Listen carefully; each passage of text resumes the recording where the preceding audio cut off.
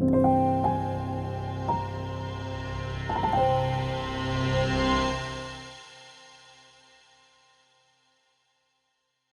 everybody, welcome. We are SPREAD, which stands for Supporting Peer Respect, Education, and Discourse. We're kind of like, a group of friends and associates and cool people who want to learn more about the world and spread what they're passionate about with the rest of the community. So if you're passionate about something and you don't necessarily know everything about it, that's okay. Just the enthusiasm is what we're looking for. So, reach out to one of us, Carmen or myself or Claudia, and we can help set up an event where you can present to everybody else and it'll be chill. So today we have Sacheth. He's going to tell us all about biking in the world of bikes. Yay! All right, thanks everyone. I'm Sacheth, like Will mentioned. Today we'll be talking about bikes. Let's first get started with how it kind of began for me. I was definitely not always into bikes. It kind of started around COVID. Like summer 2020 when everything was shut down. I saw that there was this cheap bike from high school just lying in my parents' garage. So I was like, hey, let's kind of try it out and take it to SF and see how things go. So brought it to my place in SF, took a few rides to the Embarcadero, Golden Gate Bridge, and Sausalito, and then kind of got hooked from there. And pretty much after that, I got really obsessed with things and started doing a lot of research.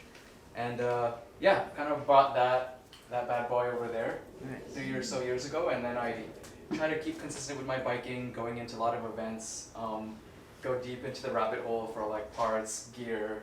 I barely buy any normal clothes, but I have 10 pairs of bike clothes and all the fashion there, so that's kind of where my party's like. Hey! No, all good? Come on in, welcome.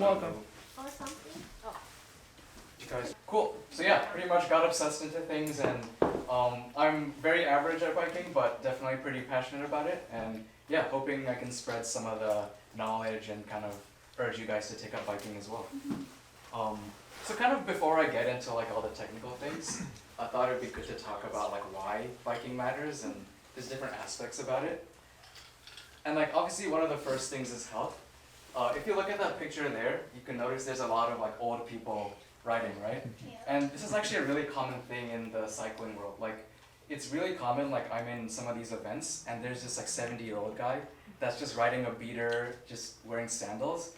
I'm breathing really hard going up a hill, and this guy just cycles by me, being like, hey, how's it going? And I'm like, so it's, because these guys just do this every day, even when they get to their age of 70, they're really good cardiovascular, they have really good cardiovascular health.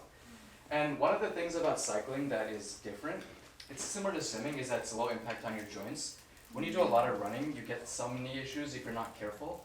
But with cycling, because you're just kind of pedaling, it's really good for your joints, and that's why you get a lot of old people that can keep doing it throughout their later years. And one of the other things is also mental health. Sometimes when you're kind of going through rough periods of time, work is difficult. For me, it's really nice to just go on my bike, escape outside, and put in some hard efforts. And just being able to see the world around you, smell all the smells, and kind of go through SF, it just kind of helps your mental health and clear your mind. So it's definitely really good for your health. And then the other thing is transportation. They're kind of cherry-picked, but you can see these two examples here of cities. And I know Dhruva and I talk about city design and urban planning and all that stuff all the time.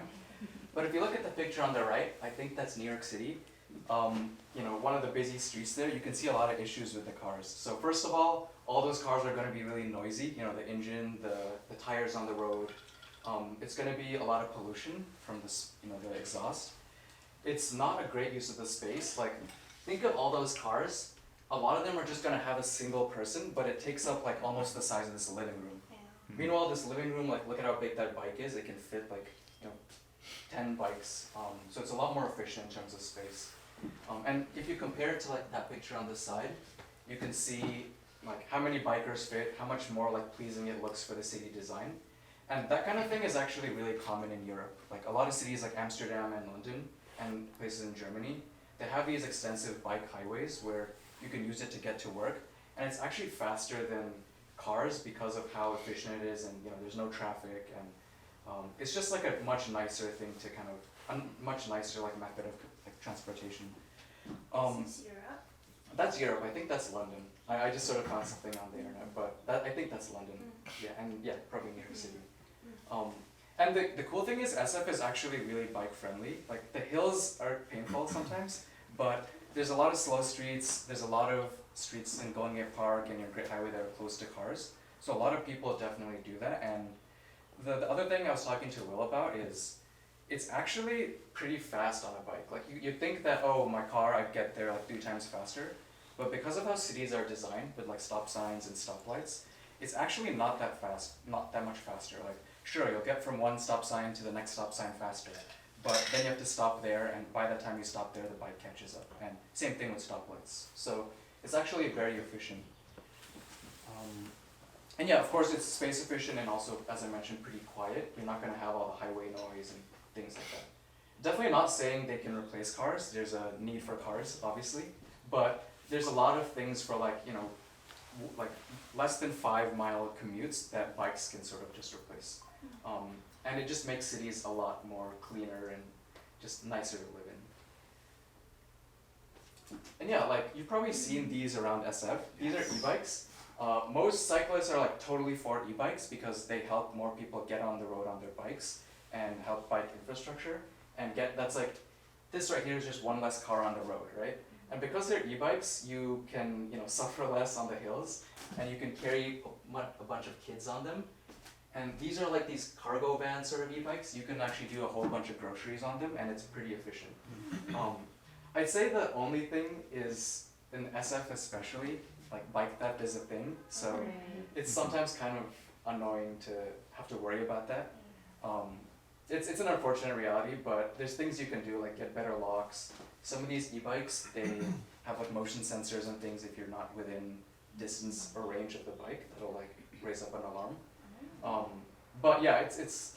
I hope the city can do something to improve on that because, you know, I don't really use my bike for transportation because of that, mainly for recreation, but just something to keep in mind. But it's really cute seeing, you know, parents take their kids to school on bikes and pick them up and stuff. The dad bikes. So I see dad bikes all over the place. Yeah, exactly. Also, by the way, feel free to interrupt me at any time if you have questions or anything like that. Needs to say. Next thing, exploration. These are some of the pictures I've taken around the Bay Area. Like, I'm not even exaggerating when I say like the Bay Area is literally like has world-class cycling all around it. Like in North Bay, Sonoma, Napa, the Peninsula, South Bay, East Bay, there's literally like infinite roads to explore. Like, I think this was in Sonoma, that's in Hawk Hill, which is if you cross the bridge and go up. And then this is somewhere in Marin, I think near Petaluma.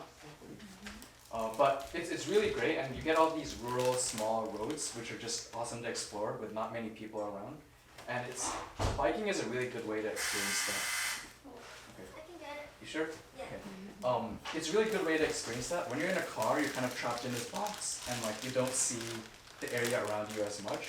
But when you're on your bike, you get to like smell everything, and you just see a lot more, and just, you know, breathe the air. And you suffer a bit on the hills, but it's kind of, you get to like it. It's part of a challenge. You get up to the top of a hill, and it's kind of a reward, then you just descend down and rinse and repeat. Do you have a name for your bike? I do not. It's named Trek. It's named Trek, yeah. Trek. Yeah, no name yet, but I have to think of one. Oh yeah, and then kind of what I was mentioning, it's like, even outside of the Bay Area, California is like really, really good for biking. If you go super far north near Oregon, there's a lot of stuff there, and even Central Coast near Santa Barbara, SLO, a lot of stuff there. And LA gets a bad rep for like, you know, cars and car-dependent infrastructure, but there's actually like really, really good cycling around there. A lot of mountains there and really cool sites. A lot of pro athletes actually live in LA because the weather's good all year round, so you can just bike and train really easily. So yeah, LA is good for them. What's up? Can you get the keys? Garage. Is it standing? Yeah. Okay. Cool. And then the fourth reason is kind of community. That's me on the far right over there. There's a lot of really cool events and a lot of community built around cycling. Like this specific photo was taken at an event in Santa Rosa. So this ride's held every year for raising money for like people essentially coming in as refugees. So they kind of raise money through these rides, and you know, you bike like, I think that, yeah, this was like a 100-mile ride around Sonoma, and essentially like, you just kind of stay with these people throughout the entire day, and you talk with them, and you know you're doing it for a good cause, and it's a good way to just build community. There's really like hundreds of these sort of events, and there's a lot of ways you can just kind of connect with these people and learn about their lives. How long was that event? Like, how long did it take to sort of ride around 100 miles to complete that circuit? It's like 6-ish hours, 6 hours? 6 Oh, to 8 okay. hours. Yeah. I'll explain this a bit later, but when you ride in a group, you know, when you see, it's called a peloton, I'll explain later, but when you ride in a group of cyclists, you actually go a lot faster because you're overcoming air resistance, but I'll explain that a bit later. So it's actually another reason to ride in a group. Okay. Wait, do you get assigned to a group or do you make your own group? It's just kind of like you go the pace you're going, and you naturally Okay. just find the people Oh, that I are the see. same paces. I see. Yeah. Yeah, You yeah. keep Like the up. really fast people, they'll already be ahead. Yeah. Oh, yeah. Interesting. And it's named after the company Peloton, right? Like, not the other way around. Yeah, exactly. Yeah, so I mean, this is one of the cool events. There's like another really cool one that's unfortunately ending this year called AIDS Life Cycle. They bike from SF to LA over 7 days. Wait, what? 7 days? Over 7 days, Do you yeah. sleep? You sleep, so they actually like take all the gear in their trucks, and by the time you get to each kind of the end of day rest stop, they have all your sleeping bag and tents. Oh, okay. Oh, so there's camping Yeah. too. Okay. Yeah, exactly. And they have the food for you prepared and stuff. The main thing for that, I wanted to try it out, but you have to raise like $2,000 per person, which is kind of a lot. Mm. If you're in like a big company, usually what people do is they do the thing where the company matches your donations, Right. and that's how people usually do it. But if you don't have that, it's like raising 2,000 is kind of tough. Yeah. Yeah. Cool. And then this is actually a picture of a bike shop that's literally across the street. Oh, that's while you're walking. Wait, what's it Yeah, called? yeah, yeah. It's called Scenic Routes. And there's a lot of bike shops like this throughout the city and just the country as well. And they're really important parts of the community. Like, you get these big bike shops. Hey, Sam. Hi. Oh, no, you're good, Welcome, you're good. welcome. You get all these, like, local shops that really try to embed themselves in the community. So this specific one, they hold all these lessons like how to repair a flat, how to do various things on your bike, and they also give back to the community a lot.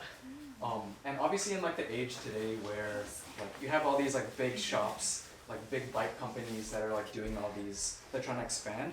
These kind of small shops, they're suffering a bit because, you know, they don't have the advantage of scale, right? So it's nice to kind of support them. So, you know, like I have a membership at them even though I don't really go there a lot, so just to help them out. And yeah, they do a lot of things for the community, they're really nice people, so it's nice to kind of support them. And then the other thing for community, that's Claudia's niece, Natalia. This was when we tried teaching her biking, I think a few months ago. So one of the cool things about biking is when you're a kid, it's like a really cool way to get around and just explore the world. You obviously can't drive yet. And it's also like forgetting like, you know, kids just biking with each other. As a family, it's a really nice way to just spend time with the family, explore different parts, and also get exercise. So it's a really cool thing to do, and yeah, she kind of loved biking. She can't do it with the pedals yet, but like, you know the bounce bike thing where she was like killing it on that. She's like, I'm going so fast, I'm going so fast. Alright, so now I'll talk a bit about very high level basics about how a bike works and maybe some of the parts of a bike. I'm gonna move this over here. Could I get a hand from Steve? Yeah. Yeah, so I'm gonna take the bike, just put that thing Rack, yeah. Someone's in here. Yeah, that's good. That's Thank too you. bad. Someone else got it? Allison. Oh, hey Allison.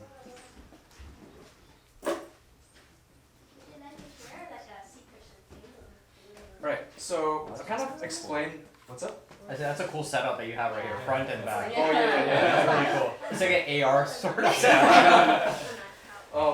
So yeah, like the cool thing about bikes is they're like really simple machines. There's not that much to it. Once you get to more expensive setups, there's like a lot of different configurations, but the basic bike is just very simple. It's like you got your frame, which is made up of like 3 different parts here. It can be made of different material like aluminum, carbon, and steel. They all have their pros and cons. You got this thing right here. It's called a saddle. I think that's what the Brits call it, and as a result, it's called a saddle. So I think it sounds weird for Americans sometimes, but that's what it's called. And then this part over here, that's called a cockpit. I think it's too complicated of words for how simple this is, but it's called a cockpit. It composes of the brakes, and then the shifters, and then also the handlebars. And then obviously you got your brakes here. So these brakes right here are called disc brakes. What happens is when you press these, there's a small caliper here that compresses on the disc, and that's what slows it down. So that's similar to how like cars work and motorbikes work. I think a lot of bikes, especially the cheaper ones, they have something called rim brakes, and there you have something mounted over here, and when you press the brakes, it actually presses against the tire. They both have their pros and cons. Like for example, these, they work better when it's like wet, when it's like different conditions, but it's a bit more annoying to maintain. Like for example, when I take the wheel off, if I press the brakes, it actually might permanently like keep the calipers closed. Because of how the hydraulics work in here, so there's weird random things like that. But most of the more high-end bikes have things like disc brakes, but they're both totally fine. They're both really good and well engineered. And then going to like the drivetrain side of things. So the drivetrain is how you put power into the bike and the bike moves. There's a few parts. So obviously the pedals. This thing right here is called a crank. This is obviously the chain. And then the thing at the back, where all the gears are, that's called a cassette. So when you hear people say cassette, it's this thing back here. And then this is the derailleur. So it's based off a French word. I don't know if you can see it here. Derailleur. Pretty much what happens is when you shift, there's some cables that move, and they cause the derailleur to go to one side, and that's how you shift. There's also really fancy electronic shifting in higher end bikes, but yeah, most bikes are based off of cables. So for example, when I like shift like this, a cable is, you can just think of it as a cable moves and that causes this to move, which shifts the bike. And then there's a derailleur back here, this is a rear derailleur, and there's also one over here. Wait, what does a derailleur do? Yeah, so pretty much it's hard to show because I can't It's not move Do you want me to help you lift the back end? Yeah, sure. Yeah. It's demo time. Yeah, It just kind of guides it into the next layer. exactly. So just pay attention right here. Okay. Actually, maybe hold it right Yeah, here. that's a good idea. So you can see here it's moving, right? So if I shift, you see how it's moving? So the derailleur is what actually takes the chain and moves it to the next one. Yeah. So, and the same thing works at the front as well. Make sense? Any other questions? There's also things like, obviously, what a gear actually does.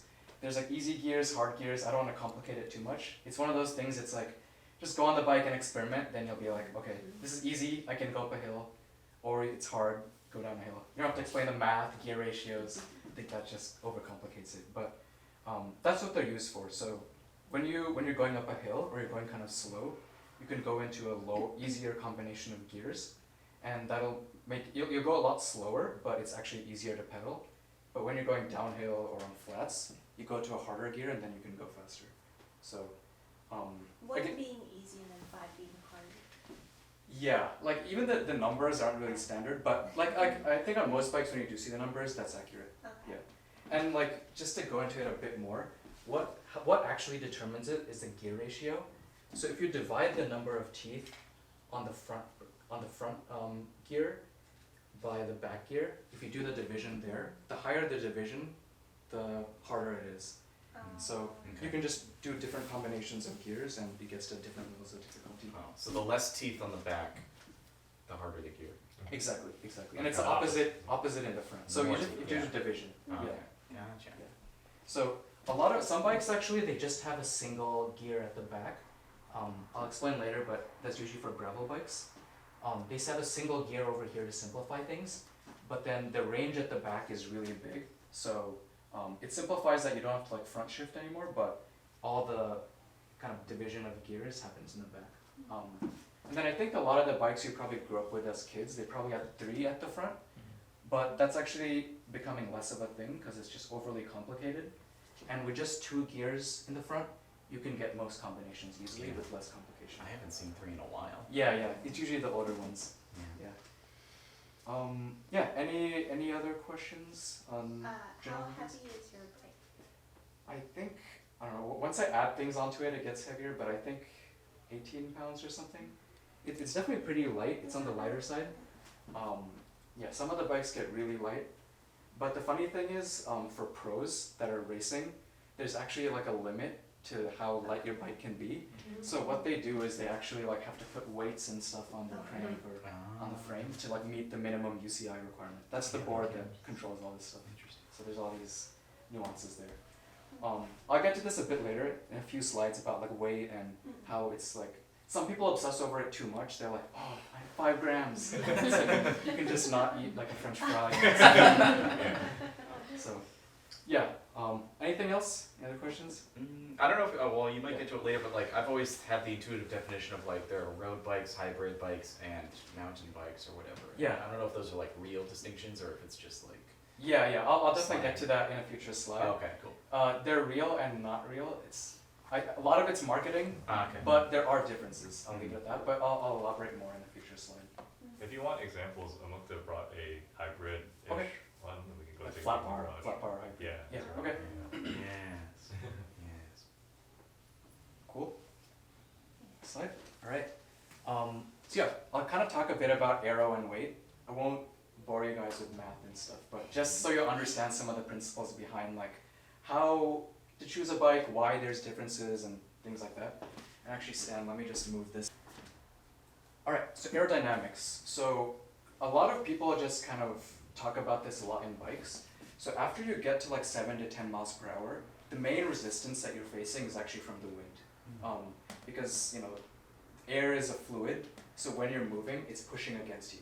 So as you go faster and faster, the amount of resistance actually increases exponentially. So like these really fast professionals, they get as aero as possible, like reducing the wind resistance, and that's how they go faster.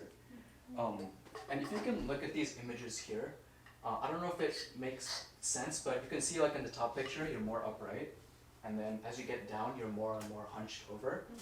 And when you're more hunched over, there's less frontal area, which means you're facing less wind, which is less resistance. So for a lot of like road bikes and things like that, there's like a huge emphasis on just making the bike as aerodynamic as possible. And also like making your position as like low to the bike as possible, so there's less wind resistance. So like if you look at, I'll explain it a bit more later, but the reason you have these drops here is you can put your hands over here and then like bend down a bit more. And that's also why these bars kind of extend out a bit more. And yeah, there's all sorts of crazy things that professionals do, and some have been banned. Like this thing right here, if you look closely, like this person, right there. Yeah. It's not even on the seat. So this is actually called a super tuck, and you literally get off your seat and you like bend down. But the UCI and the board that control all this stuff, they ban that position because of how dangerous it is. So if you're going super fast, you lose control. Yeah. Interesting. And yeah, the other thing is, that's why it looks silly, but also like cyclists, once you're doing like more complicated or harder rides, you wear all these like skin tight clothing, because if you wear baggy clothing like this, your clothes act like a parachute, right? Like the wind's coming in and it's just kind of extending out. But if it's like tight to your skin, the wind just flows around it and it's more efficient. So that's why they wear that. It's not just because they think. Well, what about just like no clothing? You do you. There are like naked bike rides and stuff in SF. Oh yeah. So, yeah, it's definitely a big meme though.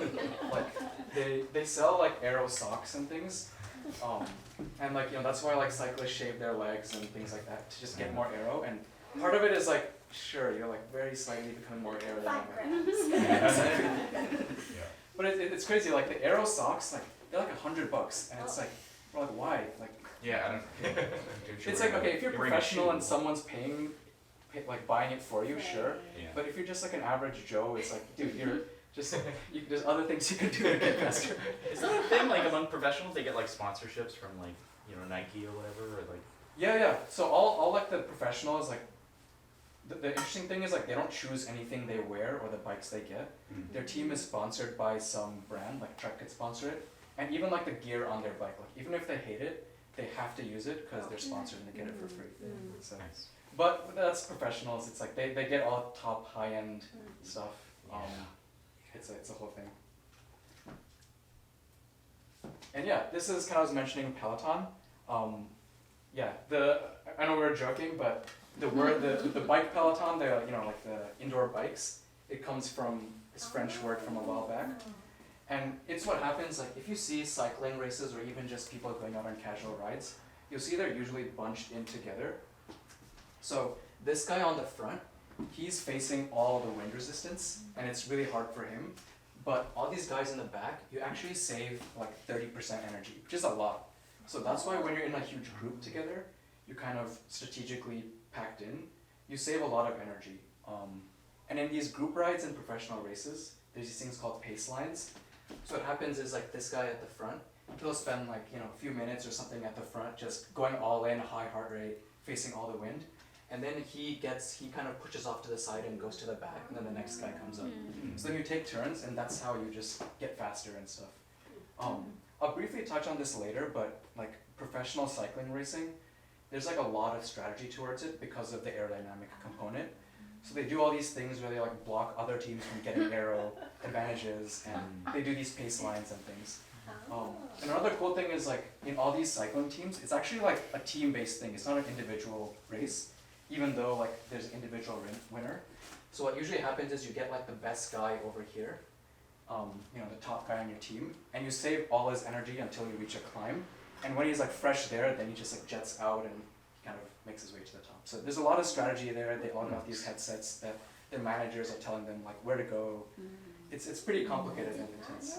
Yeah. So They're wearing like earpieces, like in constant communication. yeah, exactly. Yeah. Interesting. And they got their like team cars behind them, and like spare bikes and these things. Everyone has a nickname. Eagle One. Go yeah. Yeah. Alright.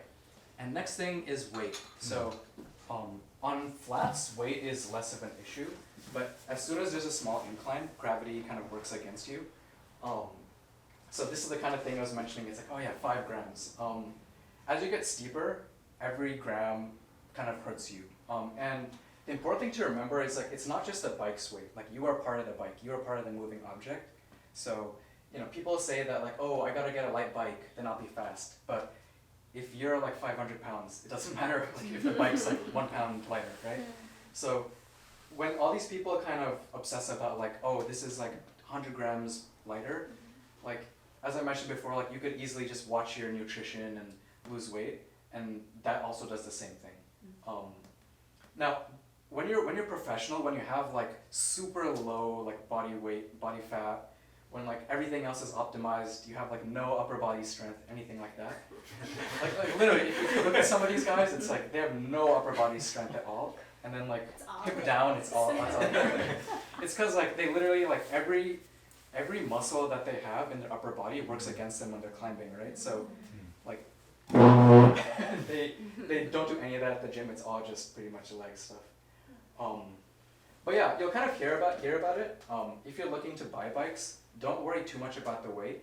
Just think about the class of bike, and if it's like, you know, a pound or so more, it's not a big deal. There's other things. Yeah. I will say one thing about weight though, there is a limit for a lot of cheaper bikes where if you're going to be carrying it up and down stairs a lot, like if you commute with your bike, for example, you probably do want to think about it a little bit. Yeah. And e-bikes are a whole different game. So. That's a great point. Will came here on an e-bike. Like lifting that upstairs is probably really Yeah, difficult. I don't. I just put it in the garage. Like, luckily there is a garage at my apartment, so Yeah. I can just leave it in there and it's fine. But yeah, if I had to lift it up to the apartment, that would Yeah. How much does break your, my. your bike weigh? I don't know.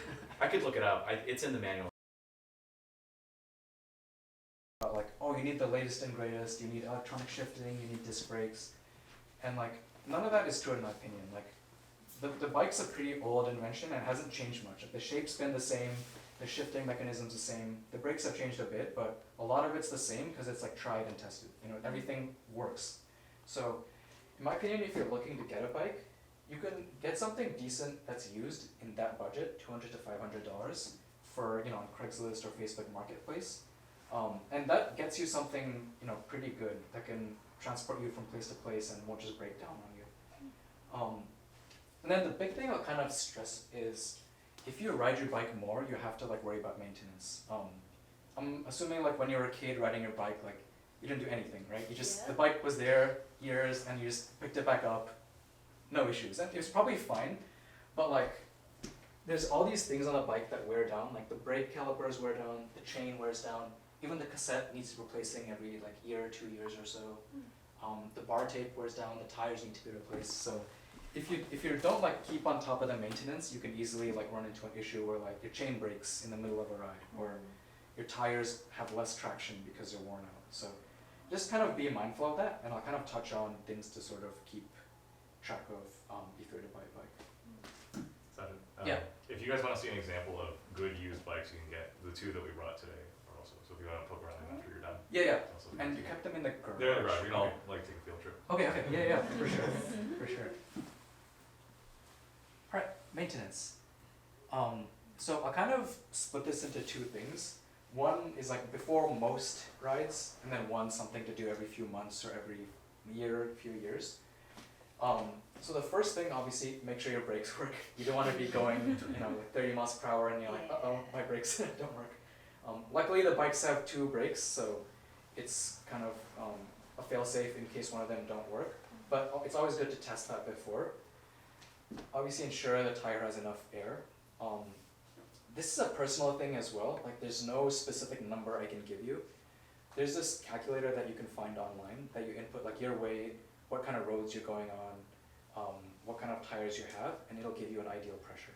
So for these, for example, I do 70-ish PSI. My previous tires I did up to 90, but on mountain bikes, because they have thick tires and you need a lot of squish, those are like 30 PSI. But yeah, it kind of, you can play around with it. It just can't be too low or too high. But you can experiment around and do the good old like squish it. Yeah. Okay, feels good. Next thing, make sure the wheels are on tightly. It did actually happen to one of my friends. Like, he was going up a hill and then the wheel just came off. Oh, What? no. It was on tight. Oh, no. So, just yeah. Like I don't. It's not that I check it every single time, because I make sure to tighten it every time I take off the wheel. But just make sure. It's not something that happens often. The other thing is just make sure your electronics are all charged. Like, I have quite a few electronics on here, like the computer, the light, heart rate monitor and things. So just make sure they're charged once a week or something, so you're not in the middle of a ride and just run out of energy there. The next thing is lubricating your chain. So I think most people don't do this when they're just like starting off, but the chain right here, it's a moving part, right? Like, there's metal touching metal, and over time, like, the lubrication wears out. So every week I use like a chain loop, which you pretty much put on the bike, and you spin. I'll kind of show you what I do. So I don't want to make a mess, so I won't do it here, but you pretty much put it on the chain here, and you spin the crank, and that gets the lubrication all over the chains. And kind of you do this like every few rides or so. Some people say like every 100 to 200 miles. Totally depends, but if you don't do it, there's a higher chance that your chain just snaps because of metal to metal contact. And then, yeah, the other thing is kind of, if you're doing it more often, make sure you have the essentials on the bike. So there's a lot of, so actually let me, so this is called a saddle bag because it goes on here, below the saddle. So I always carry these essentials in here for like safety reasons. So for example, I have a patch kit in case I get a flat. I have like a portable air compressor to fill my tires. Tire levers, I'll show you how these work later. And then spare tube in case the tube gets a puncture. Sunscreen, things like that. So what I do is like I never touch this, so it's just always on my bike, and I won't forget it. So these kind of safety things. And then there's also these. This is also a portable inflator, really small. It fits in here, but one of the issues is compare this versus this. Oh, yeah, it'll take forever. So it takes forever. So I've had to use this on the side of a road, Oh. and there's like nothing worse than like you have a flat, it's like raining, Oh. there's like people passing you, and then you're just like, and it's just taking like forever, and like by the time it gets to a higher PSI, it's harder and harder to put the air in. So you're just like using all your strength to put the air in, and then your arms are getting tired, and you're like, oh, I hate this sport. I hate biking. But it happens, yeah. Is there any maintenance you have to do right after a ride? Good question. I think the only thing I do usually is after the ride, I just wipe my chain. So I take a rag and I put it on the chain and just spin the pedals, and that just wipes off all the dirt and grime. So it just keeps it a bit cleaner, which helps with the chain, life. Other than that, like not really. It is good to clean your bike, and you could just use soap and that kind of stuff. Because if it builds up over time, it just leads to like deterioration of various parts. I don't know. I guess you also use your bike pretty frequently. Do you do anything other than? Well, it's a commuting bike, so I think it's I don't have the time to do that kind of stuff. I do lube the chain pretty often because I can hit a few hundred miles in like a couple weeks pretty Yeah. easily. So Yeah, so nothing too much, but just gotta watch for it. And then the next slide here, I'll kind of explain more long-term things. And I'll kind of I'll mention this first, like some of these things are hard to do, and even like I don't do them because I just don't want to deal with it. So a bike shop will gladly like do this for you. They usually have these packages where they do like, a yearly maintenance thing where they do all of these for you. So for example, the chain. There's an easy test you can do where you use this tool and you measure like how much the chain has stretched. And if it's stretched past a certain point, it means that it's past its lifetime and you have to replace it.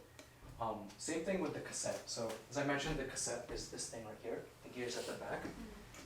Generally, what they say is replace the cassette every 3 chains. So after you've gone through 3 chains on the same cassette, replace that. Because it's another, like replaceable part. As you use your bike more and more, the gears, they get sort of meshed in, and that's why you have to replace them. Tires as well, that you need to replace, but it totally depends on the tire. One cool thing these tires and a lot of other ones do you guys see this hole right here, by chance? I don't know if it's kind of small. I see it. You see it? But there's a hole there. Okay. But pretty much what those holes are for is once you don't see them anymore, it means like the safe amount of tread has gone off the tire, and then you replace them. So a lot of modern tires have things like that. And yeah, tires are actually a really good way to get faster. Like these are pretty nice tires, the Continental GP5000s. It's a good balance between like puncture resistance and like speed, but that means you have to replace them more often. So there's always trade-offs, but tires are like a cool thing to like look into if you want to like change aspects of your ride. And then yeah, just quickly, the other thing is like handlebar tape. That's this stuff right here that surrounds the handlebar. And as you like sweat and use your bike more, it just wears out over time and starts ripping. And then obviously the cables, over time they stretch and they break. I've broken them multiple times, and it sucks because you're just riding somewhere all far away and then it snaps and then I can't use them and then I just figure something out. And then obviously the brake calipers and pads. Those, because of how they're designed, they get rid of material every time you brake, so I have to replace them once in a while. And yeah, like the tuning derailleur part, what that means is, so remember when we were showing you the shifting before? It was shifting from gear to gear, but over time, when the cables sort of stretch, it shifts worse and worse over time. So you need to tune this once in a while. Like once you start noticing like, I'm shifting, but it's not going into the next gear, or it's not smooth, you might need to tune it out. And yeah, I'll be honest, like I've never done it myself, because on some of like the road bikes, it's super finicky. Like the cabling is just super hard to deal with, and like you go in one direction and then it breaks something else. Breaks meaning like it makes another aspect of the shifting worse. So sometimes the professionals just give it to them, they'll do it, and it works. Truing the wheels, I have never actually had to do this yet, but like, so these things are called spokes, right? Over time, sometimes what happens is like things get a bit out of line, and when you spin the wheel, it's kind of waving all over the place. So shops will do this thing where it's called truing your wheels, and they kind of adjust the spoke tension to make the spinning of the wheels like straight. But I would not recommend doing that yourself because it's really finicky and tough, and they have their specialized machines to do that. What's your computer used for? Yeah, I'll get to it later. Maybe I'll pass it around. Yeah, I'll pass it around later. But yeah, it's a very cool device to like see stats and things, and GPS. Yeah. All right, demo fixing a flat tire. So that's a picture I took on one of my events. We were like 10 miles in, the Santa Rosa one I was talking about, and then a guy noticed he had a flat tire, so we all stopped and fixed it. It's actually fairly common on some of these events because like unfortunately there's just glass and like thorns and things on the road. But getting a call. But yeah, it happens. But the best way is just to kind of deal with knowing how to fix it, and just being prepared. This is by far the most common bike thing that happens. Like chains breaking does happen, but it's less frequent. But flats, they do happen to like most people. So yeah, let me kind of show you how to do that. So, take out this tire. Wait, are you gonna puncture your I'm not. That's demo. real life demo? This down.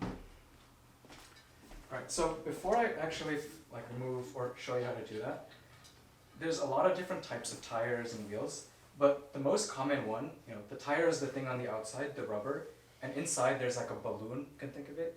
It's like a tube which holds the air, and that's what causes this to like be squishy and like have different levels of resistance. So the tube is what gets punctured. Like if there's something that goes through the tire, it's fine. It's just rubber, but once the tube is punctured, then all the air escapes and the tire isn't working anymore. So letting out all the air. So you can see here, see that? That's, you're not going to be riding on the.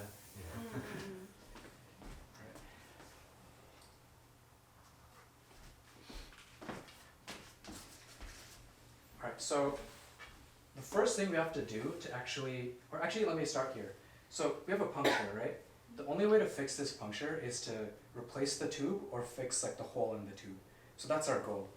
But how the tire is on right now, we can't get the tube out, right? So that's what we're trying to do right now, just for context.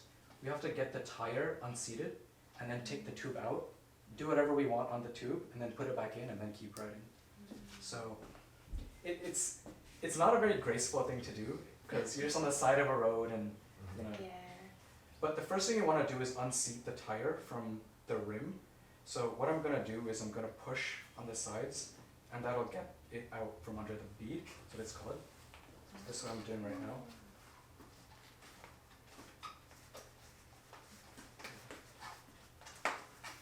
There's a little lip on the edge of the wheel that catches a corresponding lip on the inside of the tire. Exactly, yeah.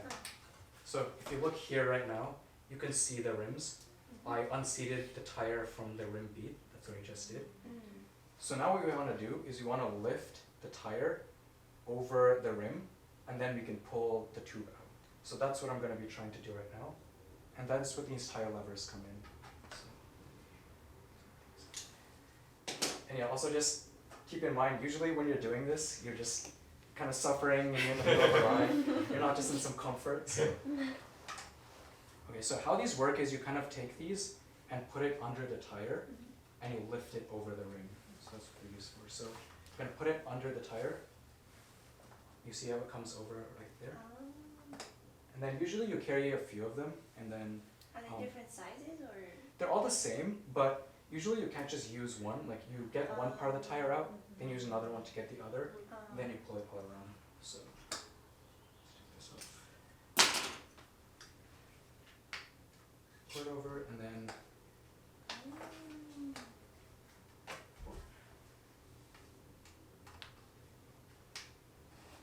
see how this part comes out. You gotta do it through the whole. Exactly, yeah. Right, but it gets easier as you go around. So you see now more of the tire. You see that? Like more of it's on the other side of the rim. Right there.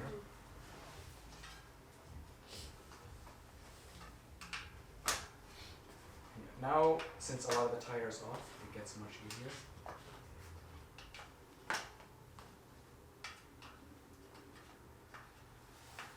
You can do this without a thing, but it's very hard, like with your bare hands, for example. Yeah. So, very much recommend. Right, so you see that now, like, if you look from here, the tire is totally off the rims. So now what that means is we can actually reach in and grab the tube out. So I find where the valve is, which is right here. And screw this little nut here.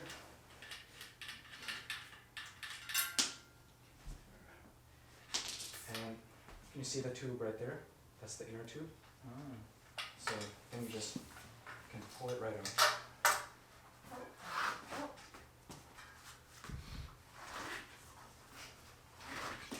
Right, so the tube is out. So this here. What would you say, Carmen? Intestine. Intestine. Yeah. I feel like you're gutting. Yeah. So now that the tube's out, if we actually had a flat in real life, there's a few things we can do. So one thing is, like I kind of showed you in this kit, I just carry a spare tube and I just put that back in. The other option is I have this patch kit, and then if you find out where the hole is on this tube, you can put the patch kit on it and wait for it to like settle a bit, and then you can put it back in. But yeah, there's a few options there. But I'll say the most important part that people forget, if you get a flat, it means something punctured through the tire, right? And that could be inside your rim. So after you take the tube out, you have to make sure to go around and remove whatever it is. Otherwise, you're gonna put the new tube in, and pull it out, and it's gonna get flat again. So that's happened to me once, and I got like 3 flats in a row. Just from that. How do you tell where the hole is? Yeah, good question. Because typically the car tires, they'll put it in water or something, right? Yeah. You see the like the bubbles come out. Just carry a bucket of water. Yeah. It's so that's why people sometimes they just use the spare tube. Just no effort. Just deal with this at home once you Yeah. get back and patch it, so you don't have to throw it away. But what you can do is you can inflate it a bit, and then see, like you can kind of listen and see where it's coming from. It's one of those things. It's like when you're doing it on the road, you're just like it sucks, and it's like your hands are cold and stuff. But that's why I carry these spare tubes. And just as a quick tangent, you'll hear people talk about tubeless tires as well, if you've heard of them. For those, you actually don't have tubes inside at all. What happens is there's a liquid inside called sealant, and whenever you get a flat, the sealant kind of quickly covers up that hole automatically, so you get much less flats. There's cons as well, like it gets really messy when it doesn't work. All the sealant just kind of splashes out, makes a mess, and it's more annoying to set up. Whereas tubes, it's like easy, just carry a few and you can always use it. Alright, so let's assume that we fixed all of that stuff. We got a new tube, and we have to put it back in now. Otherwise we can't actually ride on this. This is kind of the harder part, and I'll explain in a bit. But once we put the tube in, we have to put the tire back inside the rim, right? But the issue is like the tire's not like super stretchy. It's not like stretchy rubber. So when you're putting it back on, once you get to the end, it gets really hard to actually seat the tire. And if you want, you guys can try as well to see it. But it's one of those things, it's like, it gets easier over time. Okay, actually, let me do the first thing. So the first thing you want to do is put a bit of air into the tube so there's some shape. Give it some shape. Hey, that's cheating. You gotta use the manual. I'll cheat them out.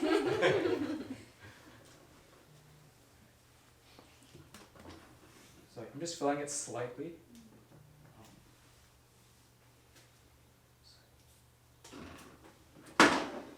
So yeah, this is just so it's not just like folding inside the tire.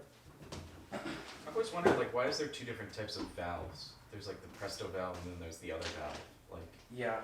just for different tire pressures, or?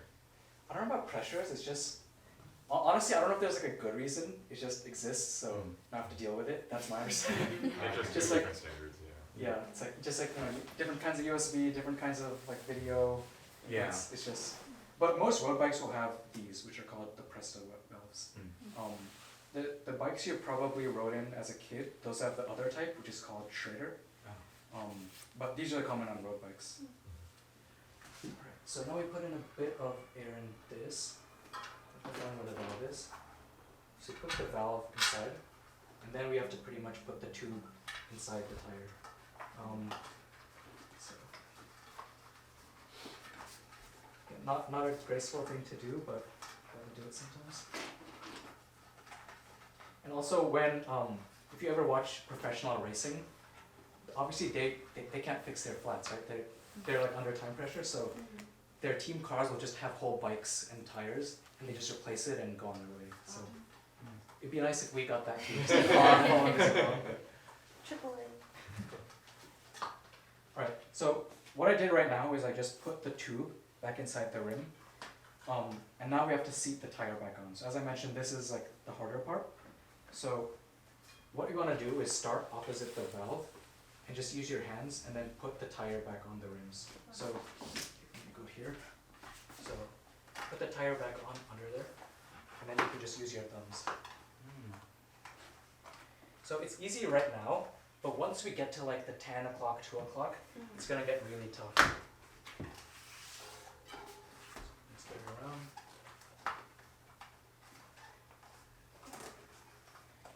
So there's strategies there that exist to like make it easier, but does anyone want to try? Or you say no. It's okay. So yeah, you can see like just using my base like thumb strength, it's much harder than it was before, right? So what I usually do is you start opposite the valve and you just squish the tire, and what that does is just create more slack in the system, which makes it easier. Turn around. And then got a bit more in, and then start again, do some squishing.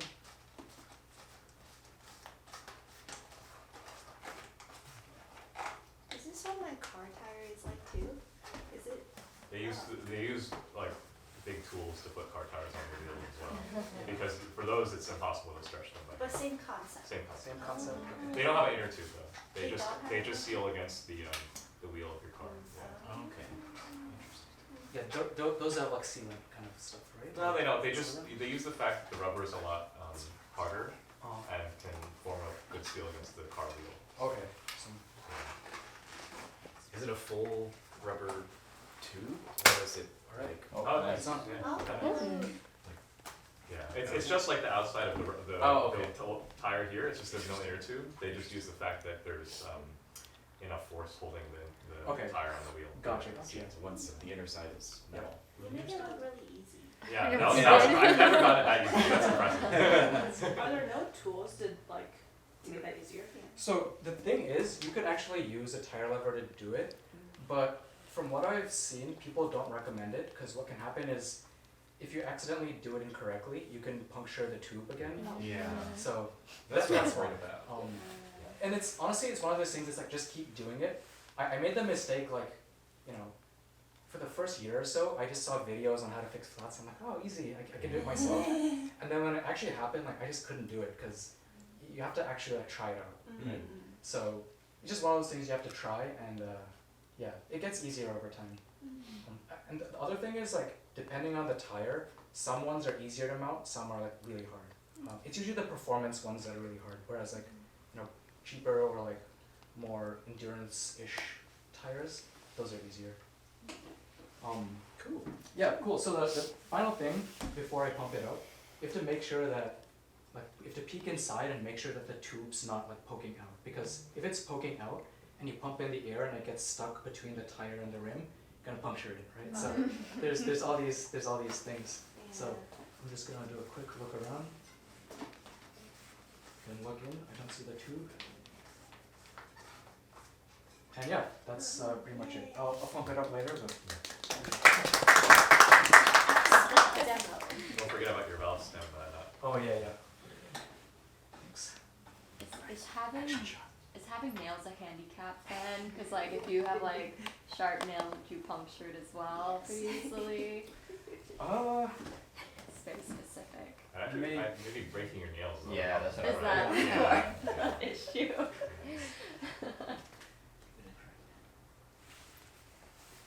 Cool. All right. I like having nails. It's a tire lever nails. Nails? Oh. Oh no. Got that. You got 10 tries. Next thing I'll quickly touch on is safety, which of course matters a lot. The reality is when you're biking on the road, you're sharing it with cars, and cars weigh like 2,000 to 4,000 pounds, whereas you with the bike significantly less. So it doesn't matter who's safer if you're super safe. The reality is like a single driver that's not paying attention, they can just end up causing issues.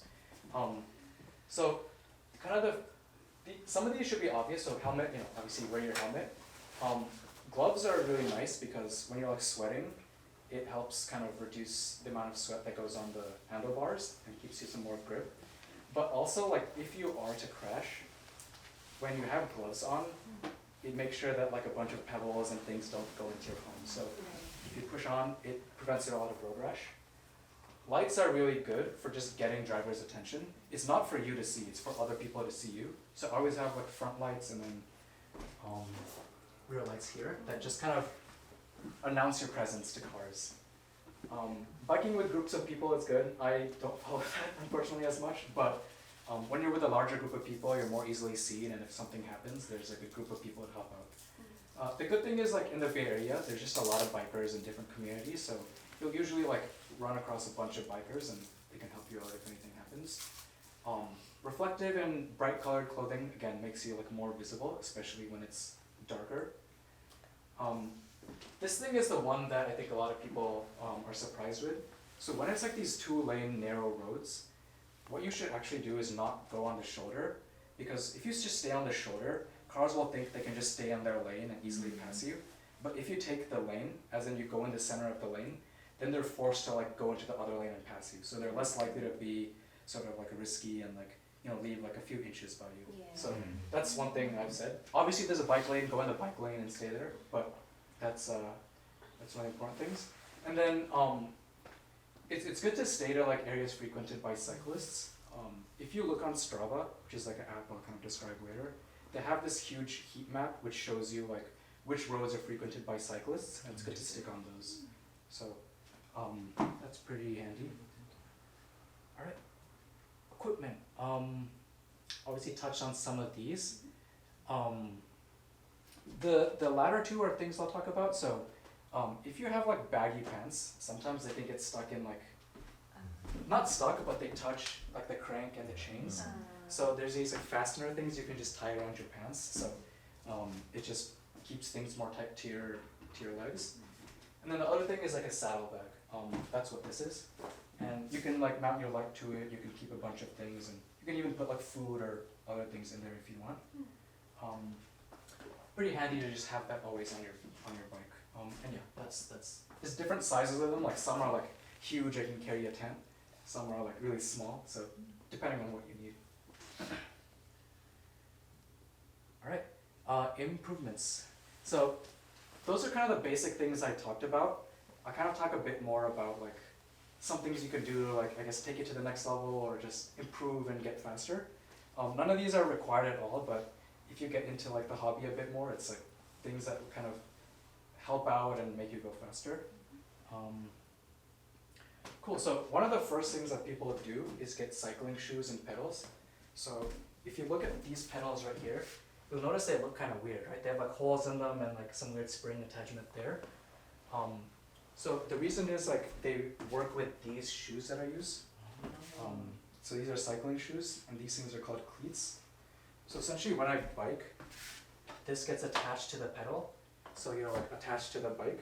A lot of the reasons people do that is it's actually not super efficient necessarily, like not more efficient than flat pedals, but because you're like attached to the bike, when you shift and you like pedal, you feel more attached and you're less likely to kind of get off balance when you're shifting. But it just makes the experience a lot better in my opinion.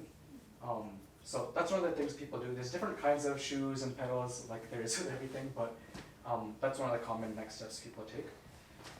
The next thing is the computer, and let me actually just